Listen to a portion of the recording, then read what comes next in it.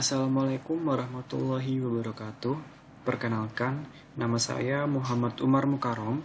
Kali ini akan mempresentasikan tugas besar 2, Bahasa Indonesia, dengan judul Pentingnya Pendidikan Anti Korupsi di Indonesia. Dosen Bapak Mahmud Suhermanto, SPD, MPD. Baik, yang pertama adalah korupsi. Korupsi adalah konstan dalam masyarakat yang terjadi di semua peradaban.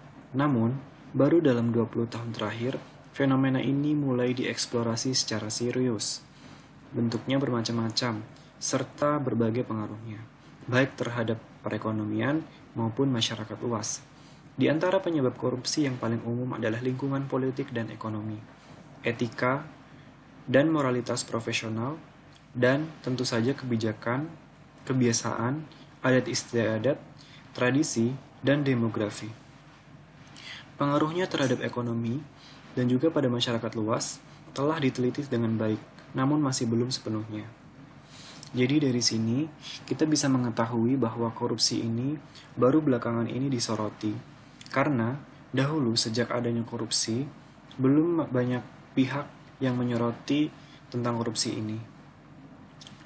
Asalnya pun dimulai dari lingkungan kita, entah itu di lingkungan keluarga, masyarakat, ataupun pendidikan. Semua bisa menjadi pemicu tindakan pola korupsi ini. Lalu, bahaya korupsi bagi Indonesia. Korupsi ini seringkali disebabkan oleh kesempatan yang tersedia atau dalam hal ini kondisi di mana perorangan atau sekelompok orang terlibat dalam sebuah administrasi yang memungkinkan terjadinya tindak penyelewengan, dalam hal ini adalah korupsi. Selain itu, korupsi juga diawali oleh perasaan tak sehat atau kurangnya kesadaran akan dampak yang diakibatkan oleh tindakan ini. Setiap manusia dibekali dengan kesadaran dan nurani, namun tak semuanya yang lulus dan akan cobaan yang diberikan. Beberapa melayani ambisi dan bahkan mencari jalan menuju kesuksesan dengan cara yang tidak bertanggung jawab, yaitu korupsi. Korupsi jika dilakukan dengan skala kecil pun, secara bersamaan atau berskala besar terhadap pelaku, maka akan sangat merugikan bangsa ini. Dampak buruk bagi Indonesia sendiri bukan hanya secara material, tapi juga dari segi kepercayaan masyarakat akan rusak, menjadikan negara tidak kondusif dan cenderung melahirkan pertikaian di masyarakat. Jadi, selain merugikan negara, korupsi ini juga dapat merusak keharmonisan dan keberlangsungan negara yang tadinya berjalan lancar, maka akan rusak karena kepercayaan masyarakat yang akan turun dan cenderung menyalahkan pemimpin atau pemerintahan. Maka dari itu, tindakan korupsi ini sangat merugikan bagi Indonesia. Lanjut, bahaya korupsi pada perkembangan ekonomi. Jadi ada beberapa poin, yaitu yang pertama, korupsi mendistorsi insentif dan pasar keuangan yang mengarah ke misalokasi sumber daya. Ketika korupsi ini terjadi, maka akan merusak kehidupan pasar atau kegiatan perpasaran dan akan mengarah ke misalokasi sumber daya. Sumber daya yang tadinya itu dipergunakan untuk upaya perbaikan atau program sistem yang telah dibentuk akan rusak dan dialihkan untuk merecovery dari kerugian korupsi tadi. Yang kedua, korupsi mengalihkan bakat dan sumber daya, termasuk sumber daya manusia, menuju menguntungkan aktivitas mencari rente seperti pertahanan, bukan daripada kegiatan produktif. Ketika korupsi ini terjadi, maka sumber daya yang dalam hal ini adalah manusia akan cenderung destruktif atau merusak negara ini atau sistem yang sudah ada. Lalu kemudian korupsi bertindak sebagai pajak yang tidak efisien atas bisnis, pada akhirnya meningkatkan biaya produksi dan mengurangi profitabilitas investasi. Korupsi ini sangat merugikan bagi kegiatan perbisnisan. Ketika tindak korupsi ini terjadi, maka keuangan dalam suatu bisnis atau mungkin bahkan pemerintahan akan rusak dan kacau. Profitabilitas atau dalam hal ini adalah keuntungan akan berkurang karena misalokasi keuangan yang tadinya seharusnya dipakai untuk sebuah program atau dikatakan profit akan menuju ke kantong-kantong pihak yang tidak bertanggung jawab. Kemudian, korupsi juga dapat menurunkan produktivitas investasi dengan mengurangi kualitas sumber daya. Misalnya, dengan merusak kualitas dan kuantitas, kesehatan dan pendidikan jasa, korupsi menurunkan modal manusia. Lanjut, perilaku mencari rente juga cenderung menciptakan inefisiensi, memicu pemborosan sumber daya, dan merusak efisiensi publik pengeluaran. Lalu, kasus korupsi di Indonesia. Di Indonesia sendiri terdapat banyak sekali kasus korupsi. Namun kali ini hanya beberapa saja yang akan saya tampilkan. Yang pertama adalah kasus Pelindo II.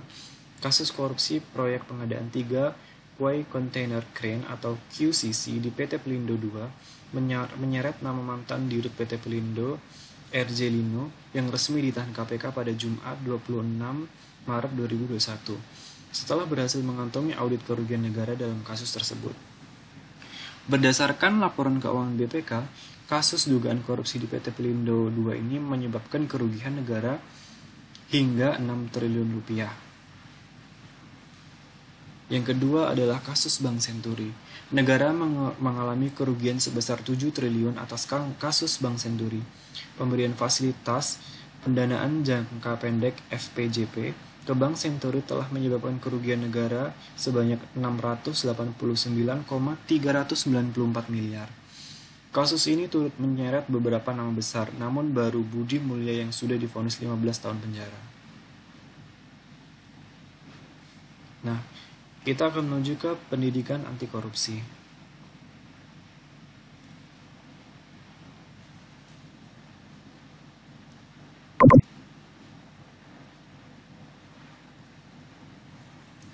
Korupsi ini seringkali disebabkan oleh kesempatan yang tersedia atau dalam hal ini kondisi di mana perorangan atau sekelompok orang terlibat dalam sebuah administrasi yang memungkinkan terjadinya tindak penyelewengan. Dalam hal ini korupsi. Selain itu, korupsi juga diawali oleh perasaan tak sehat atau kurangnya kesadaran akan dampak yang diakibatkan oleh tindakan ini. Setiap manusia dibekali dengan kesadaran dan nurani. Namun tak semuanya yang lulus akan cobaan yang diberikan. Beberapa melayani ambisi dan bahkan mencari jalan menuju kesuksesan dengan cara yang tidak bertanggung jawab atau korupsi. Korupsi jika dilakukan dengan skala kecil pun, jika dilakukan secara bersamaan atau berskala besar terhadap pelaku, maka akan sangat merugikan bangsa ini. Dampak buruk bagi Indonesia sendiri bukan hanya secara material, tapi juga dari segi kepercayaan masyarakat akan rusak dan menjadikan negara tidak kondusif dan cenderung melahirkan pertikaian di dalam masyarakat.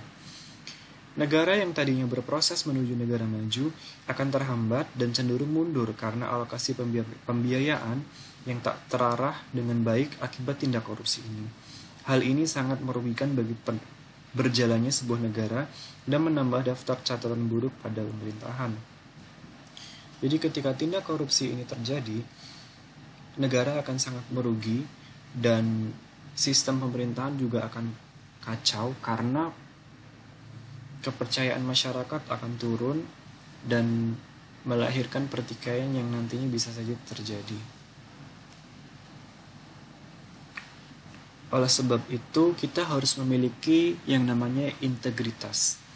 Integritas adalah tindakan berperilaku terhormat, bahkan ketika tidak ada yang melihat. Orang yang berintegritas mengikuti prinsip moral dan etika dalam semua aspek kehidupan.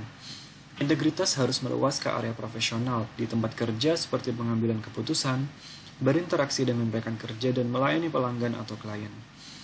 Pengusaha yang berkomitmen untuk memperkerjakan karyawan dengan integritas lebih siap untuk memberikan layanan berkualitas tinggi dan mempertahankan reputasi positif. Ketika karyawan memiliki integritas, manajer mereka dapat mempercayai tim mereka bekerja dengan rajin. Jadi sudah seharusnya setiap manusia atau setiap karyawan dalam hal ini, bahkan setiap eh, insan yang ada di dunia ini sudah seharusnya memiliki integritas. Integritas ini bukan hanya dielulukan ketika berada di depan orang atau di lingkungan kita, namun harus tertanam dalam diri kita dan menjadi prinsip dalam berkehidupan.